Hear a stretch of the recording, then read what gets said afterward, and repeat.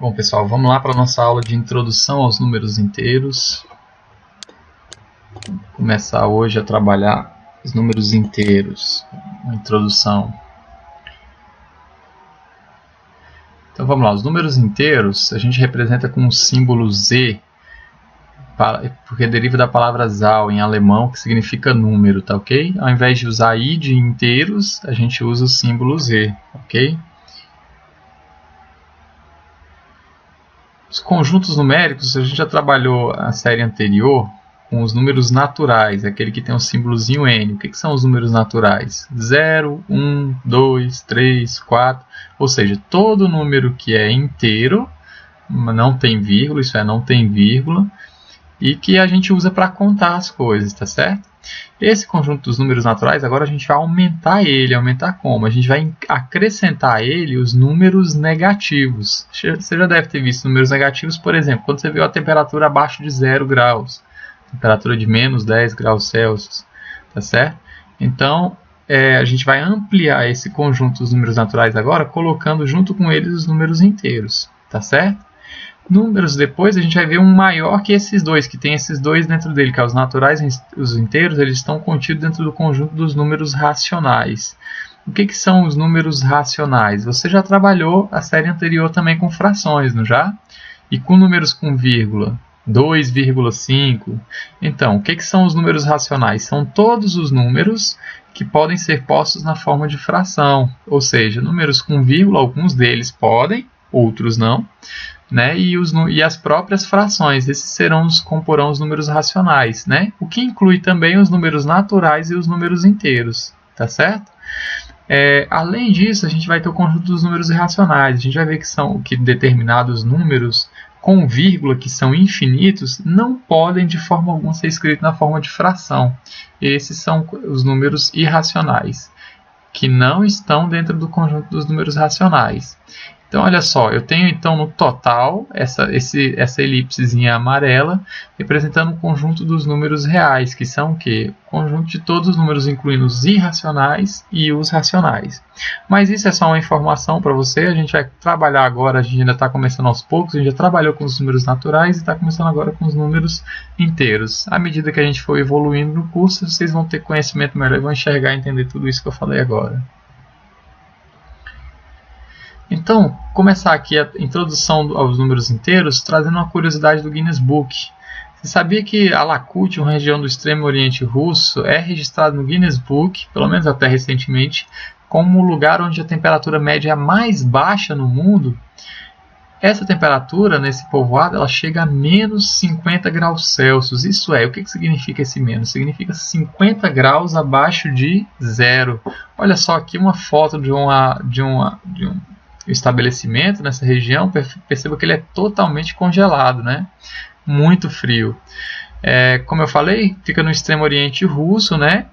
A aldeia de Omiakon é considerada o povoado mais gelado do mundo.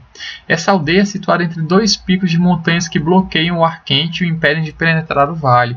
Ou seja, o ar vem numa direção para o povoado e é bloqueado por uma montanha. Vem na outra direção para tentar esquentar um pouquinho, aumentar um pouquinho a temperatura, é bloqueado pela outra montanha. Então o que acontece? Esse local fica sem movimento de corrente de ar e congela, né? Fica todo gelado. O ar que está lá, a temperatura é muito baixa, fica congelado. Não tem movimento de ar, congela, né?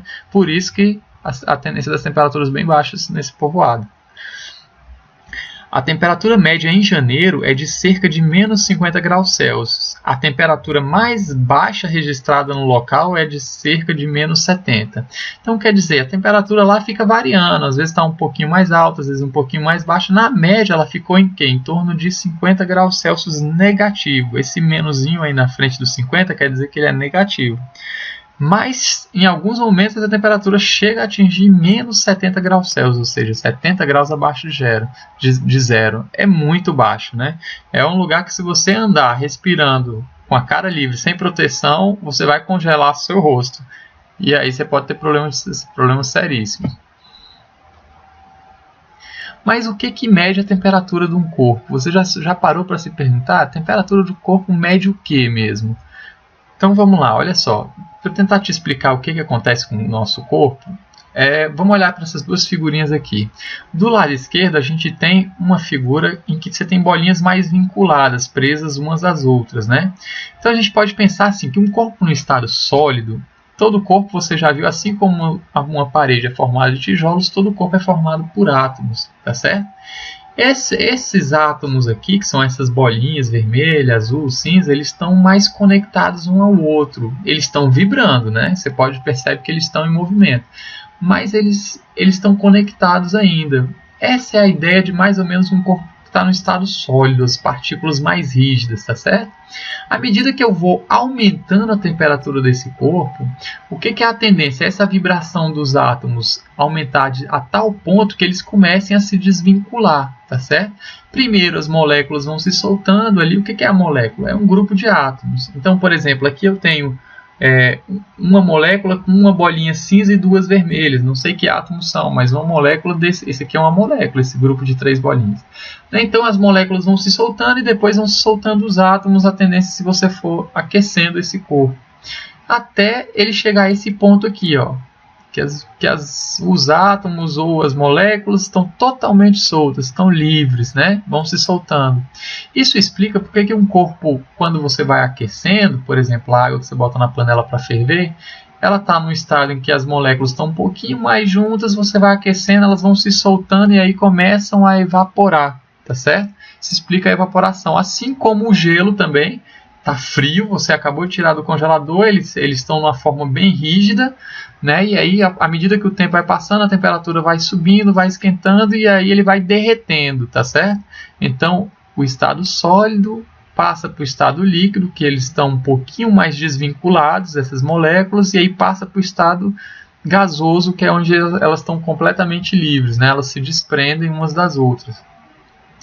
Então essa é a ideia de temperatura, é a medida de quê? Da vibração dos átomos de um corpo, tá certo? Quanto mais agitados, quanto mais vibrantes eles estão, maior é a temperatura. Quanto mais calmos, mais parados, né?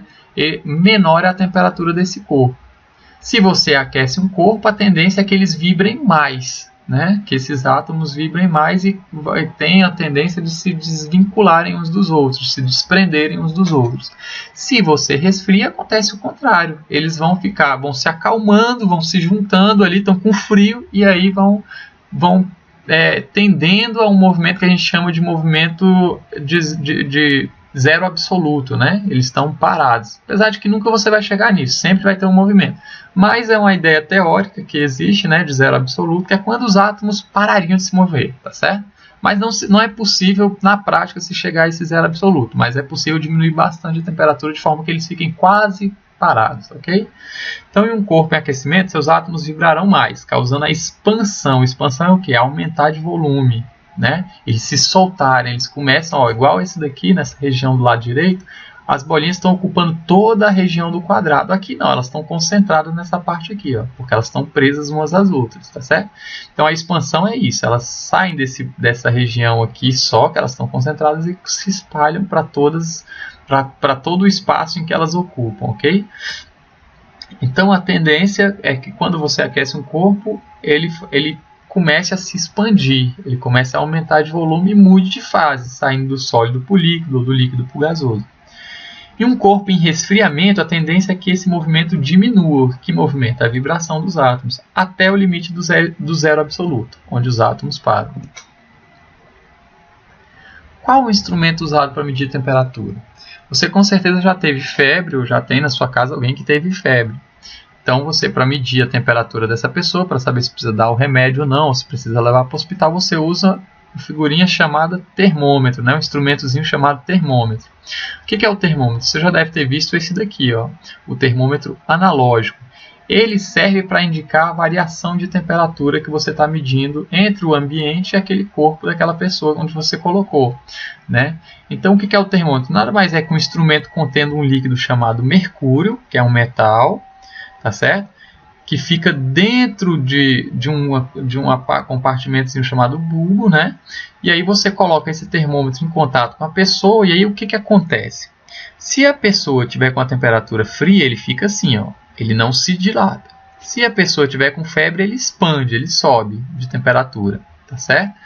Porque você aqueceu o mercúrio, ele vai expandir, vai aumentar o volume dele, então vai chegar... E aí o que você vai olhar? Tem uma régua vinculada a esse bulbo, ó. Essa régua aqui no caso do nosso termômetro aqui vai de menos 40 até o zero, tá ok? Então, olha só, aqui a temperatura está abaixo de zero, congelando. Quando você aquece, ele vai para bater lá no 90, tá certo? Fica vermelho, está aumentando a temperatura, passa de 90. Então, isso é o termômetro analógico. É um mercúrio vinculado dentro de um tubo, e aí você tem uma régua para saber em que altura que está essa quantidade de mercúrio. Aí você vai saber a temperatura. O outro tipo de termômetro é o digital, é esse daqui que você já viu passando pela rua, pegando o ônibus, né, no metrô e tal, que você já tem direto, você não tem a régua inteira para você ler onde é que está a temperatura. Você já vê direto indicado no aparelho qual é a temperatura medida, né, naquele momento, tá certo? E aí, a gente tem o quê? Em que a gente mede a temperatura? A temperatura vai ser medida em quê? Como assim, André?